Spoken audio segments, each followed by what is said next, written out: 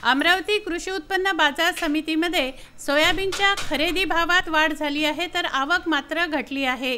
कृषी उत्पन्न बाजार समितीमध्ये 3900 रुपये प्रति क्विंटल सोयाबीनचे भाव झाले आहे। आवक मात्र घटली आहे।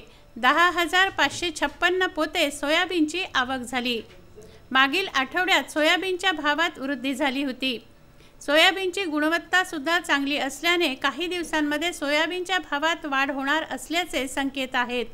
बाजार समिती सुरू होताच सोयाबीनची खरेदी 3600 रुपये प्रति क्विंटल सुरू झाली, परंतु एका तासातच 3900 रुपयावर भाव जाऊन पोचले। मागील महिन्यात झालेल्या अतिवृष्टीने शेतकऱ्यांच्या सर्व पिकांसह सोयाबीनचं सुद्धा मोठ्या प्रमाणात नुकसान झालंय। त्यामुळे सोयाबीनच्या भावावर यंदा विपरीत परिणाम झाल्याचं दिसून येत आहे आणि त्यामुळे सोयाबीनच्या भावात उतार चढाव सुरू असल्याचं दिसून येत आहे। त्यामुळे बाजार समितीमध्ये सुद्धा सोयाबीनची आवक कधी जास्त तर कधी कमी प्रमाणात होत आहे। सोयाबीनसह मूग, उडीद, तीळ यांना सुद्धा चांगले भाव येत आहे।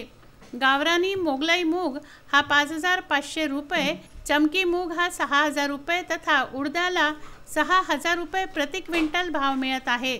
7500 ते 9500 पर्यंत भाव मिळत आहे।